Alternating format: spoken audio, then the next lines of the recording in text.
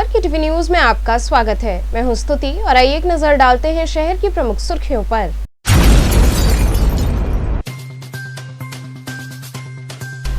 मिर्जा मुराद के भोरकला गांव में नहर टूटने से तैयार गेहूं की फसल हुई नष्ट।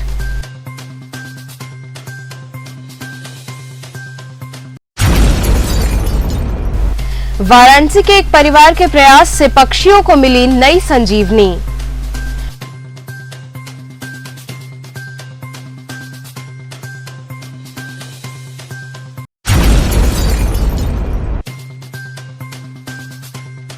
विशेषरगंज चौराहे पर आयोजित अंतर्राष्ट्रीय दंत निपुण महासम्मेलन एवं शिव मेले का लिया लोगों ने आनंद।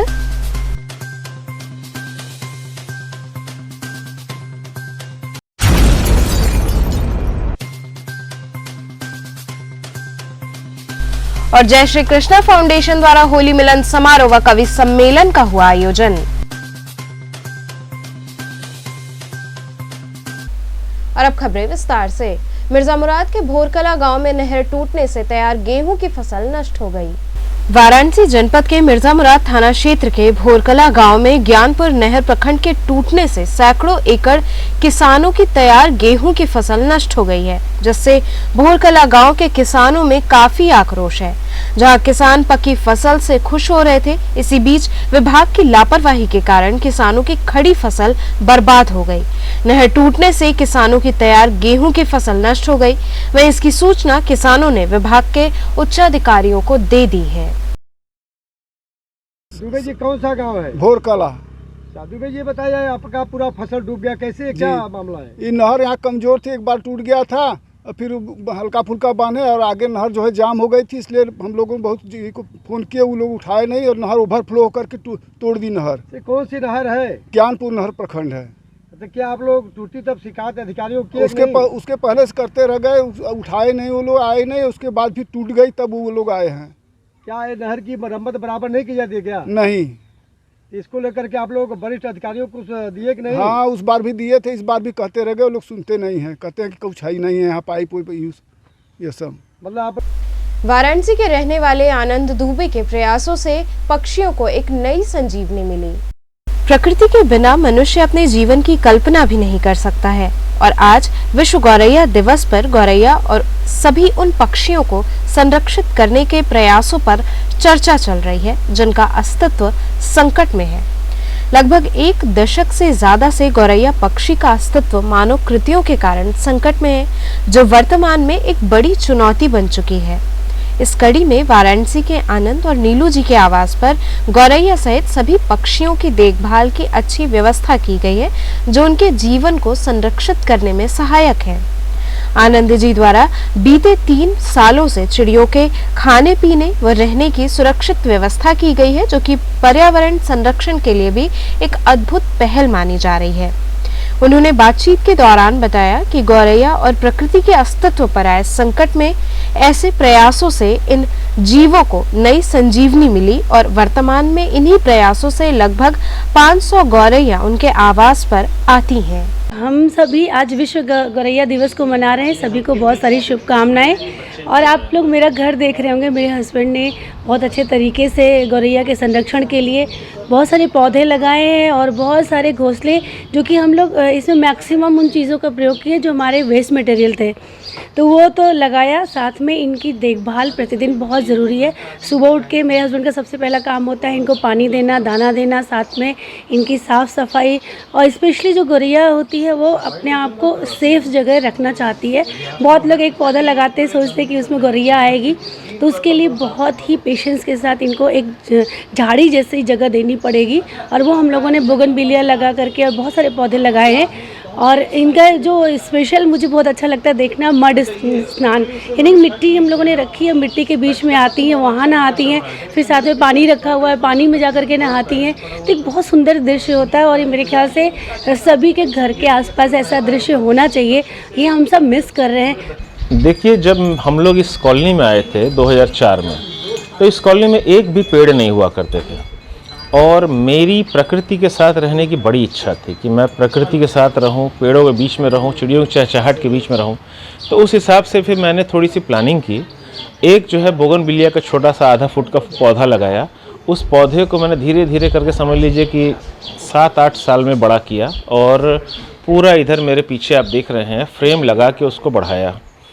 उसके बाद में चिड़ियों को बुलाने का प्रयास करता रहा, किसी तरह आती रहीं, लेकिन सफलता नहीं मिल रही थी। मैं समझ लीजिए 3 साल 4 साल तक दाने वाने डाल के बैठा रहा कि आ जाइए चिड़िया आ जाएं।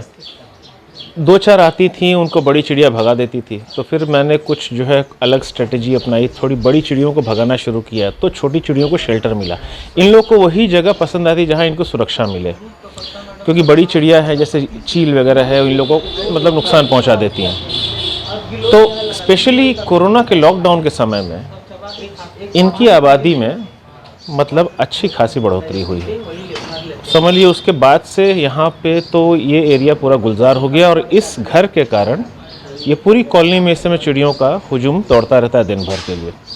और इस समय मेरे ख्याल से कुछ नहीं तो 500-600 चिड़िया इस समय हमारे पीछे झाड़ी में होंगी, क्योंकि इस समय दिखाई तो नहीं दे रही हैं, लेकिन इधर उधर का शाम होते ही सब चली आएंगी।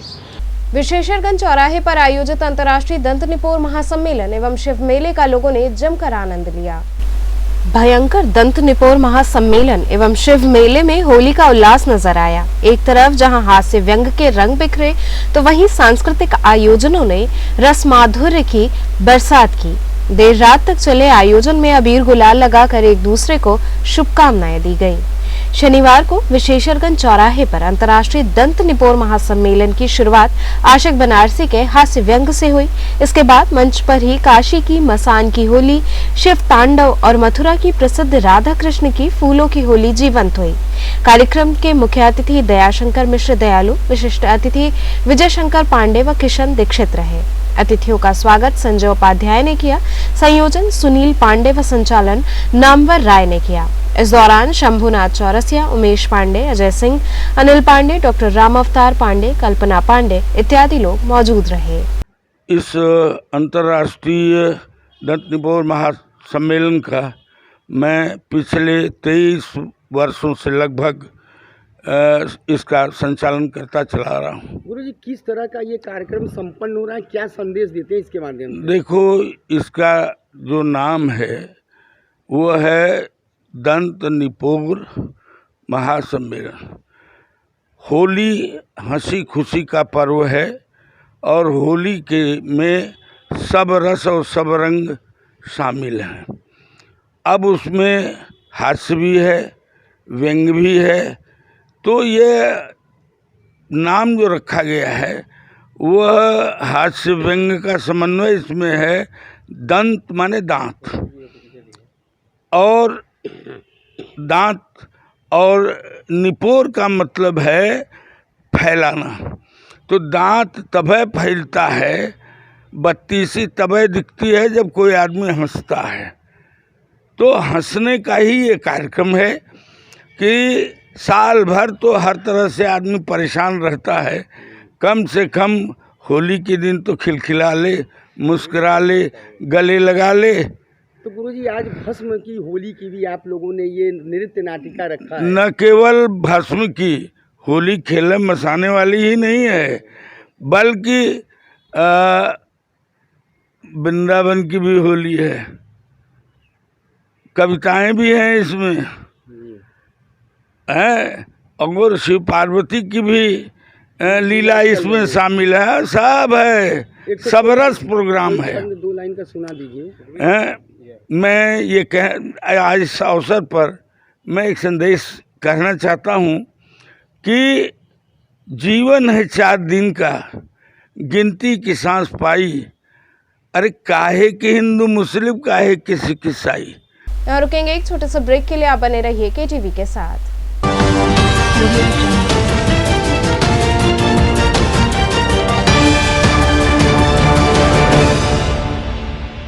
खबरों से जुड़े रहने के लिए हमारे चैनल केटीवी वाराणसी को सब्सक्राइब करें और लेटेस्ट अपडेट्स के लिए बेल आइकन को प्रेस करें।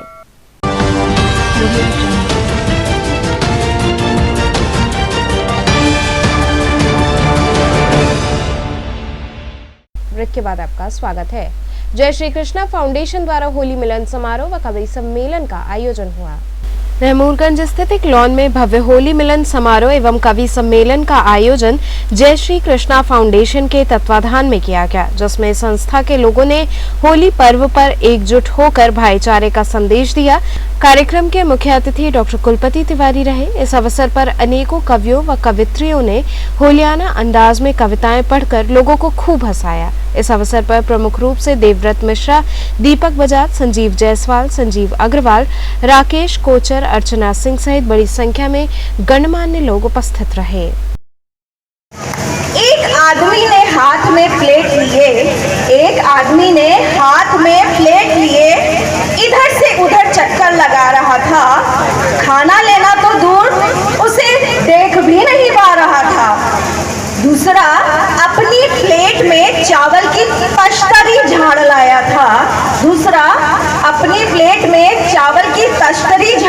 था, मगर उससे भी ज्यादा अपना कुर्ता फाड़ लाया था। वो शब्द कहाँ से लाऊं जो बयां करे तेरी हस्ती को, वो शब्द कहाँ से लाऊं जो बयां करे तेरी हस्ती को। तेरी ही मेहरबानियां है संजीव भैया, जो आपने ही संभाल रखा है जीएसके की मस्ती को। सितारों के साथ आकाश है, रिश्तों के साथ विश्वास है। आंखों को बंद करके देख लो, हर समय श्री कृष्ण आपके साथ है। आज किस तरह का ये कार्यक्रम चल रहा है? आज होली के संदर्भ में हम लोग ने ये प्रोग्राम ऑर्गेनाइज किया है, होली के रंग जेएसके परिवार के संग। इसमें हम लोग हास्य कवि सम्मेलन, अपना गिफ्ट आइटम्स का वो, और अपने सब सोशल इसमें और एंटरटेनमेंट के प्रोग्राम हमारे हैं। क्या संदेश दे रहे हैं आज इस कार्यक्रम के माध्यम से? समाज का संदेश ये है कि हम सब मिलकर रहें, भाईचारा बढ़ाएं। जेएसके परिवार एक बनारस के अंदर एक ऐसी संस्था है जो सबको साथ लेकर चलती है, चाहे वो कोई भी वक्त हो। जैसे कोरोना के टाइम में भी हम लोग ने सब एक साथ सेवा करी है, सेवा के कार्य में हमेशा बढ़ चढ़कर हिस्सा लेते हैं। मैं अर्चना सिंह जेएसके से बोल रही हूँ, जेएसके फाउंडेशन से। हमारे यहाँ कोई पद नहीं होता है, हमारी संस्था का ये सबसे बड़ा महत्व है। और हम लोग यहाँ पे होली समारोह और होली मिलन का समारोह कर रहे हैं ताकि लोगों के अंदर होली के प्रति जागरूकता बढ़े और एंजॉय कर सके। क्या क्या कार्यक्रम कर रहे हैं, क्या संदेश दे रहे हैं इसके माध्यम से? हम लोग यहाँ पे कवि सम्मेलन कर रहे हैं, गेट टुगेदर कर रहे हैं। हम लोग कुछ ऐसे यूनिट्स पे काम कर रहे हैं, जैसे कि अभी हम लोग क्या बोलते हैं, अभी हम लोग होली ब्लड डोनेशंस करते हैं, अनाथ सोशल वर्क में अनाथ आश्रम में कुछ डोनेट करते हैं। अभी हम लोग काशी में साफ़ सफाई वाले अभियान में काम करते हैं। इस तरह के बहुत सारे काम हैं जो हम लोग छोटे छोटे यूनिट्स में मिलके करते रहते हैं। बीएचयू विश्वनाथ मंदिर के बाहर लग रहे चैनल गेट का छात्रों ने जमकर विरोध किया। काशी हिंदू विश्वविद्यालय स्थित विश्वनाथ मंदिर के बाहर इस समय चैनल गेट लगने का कार्य चल रहा है। वहीं इस बात का विश्वविद्यालय के छात्रों ने जमकर विरोध किया। छात्रों का कहना है कि विश्वविद्यालय प्रशासन द्वारा मनमाने तरीके से बीचों बीच चैनल गेट लगाया जा रहा है। उन्होंने कहा कि इस चैनल गेट को लगाकर यहां पर दर्शन हेतु टिकट सिस्टम लागू किया जाएगा और इससे धनार्जन किया जाएगा। इस बात का हम छात्र विरोध कर रहे हैं। वहीं छात्रों के विरोध के चलते फिलहाल कार्य रोक दिया गया है। देखिए, विरोध प्रदर्शन ये काशी हिंदू विश्वविद्यालय के अंदर जो विश्वनाथ मंदिर है, वहाँ एक बीच में चैनल गेट लगा रहा था विश्वविद्यालय प्रशासन। उसका छात्रों ने आज यहाँ विरोध किया और वहाँ काम बंद करवाया है। ये विश्वविद्यालय प्रशासन का मनमानीपूर्ण रवैया है कि जब अंदर एक गेट है, आप अंदर अभी जाके देखेंगे वहाँ एक गेट अंदर है, बाहर यहाँ चैनल है, तो बीच में ये लगा के और भक्तों को भगवान से दूर करने की कोशिश जो कर रहा है विश्वविद्यालय प्रशासन, ये निंदनीय है। साथ ही में ये बाद में इनकी कोशिश ये रहेगी कि जो लोग आए उन पे जो है कुछ धनार्जन किया जा सके। जब मन करेगा उनको गेट बंद कर देंगे, कोई अंदर जा ही नहीं पाएगा। और उसके बाद जो है वो धनार्जन करने की कोशिश है, क्योंकि पहले यहाँ पैसे नहीं लगते थे रुद्राभिषेक के, अब उसका चार्ज लगा दिया है इन लोगों ने।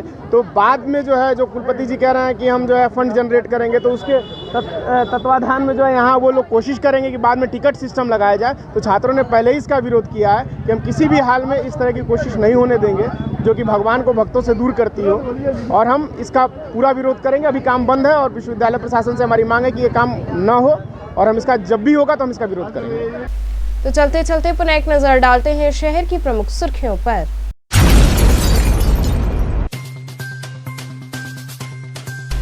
मिर्जा मुराद के भोरकला गांव में नहर टूटने से तैयार गेहूं की फसल हुई नष्ट।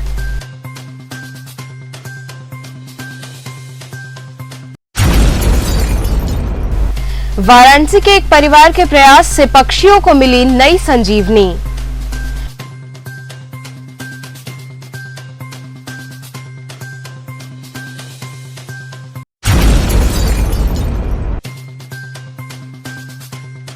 विशेषरगंज चौराहे पर आयोजित अंतर्राष्ट्रीय दंत निपुण महासम्मेलन एवं शिव मेले का लिया लोगों ने आनंद।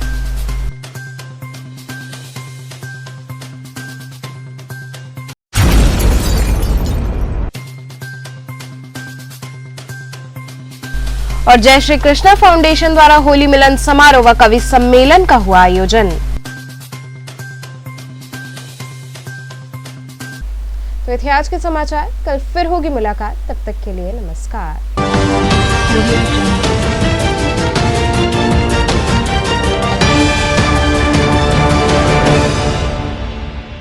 खबरों से जुड़े रहने के लिए हमारे चैनल KTV वाराणसी को सब्सक्राइब करें और लेटेस्ट अपडेट्स के लिए बेल आइकन को प्रेस करें।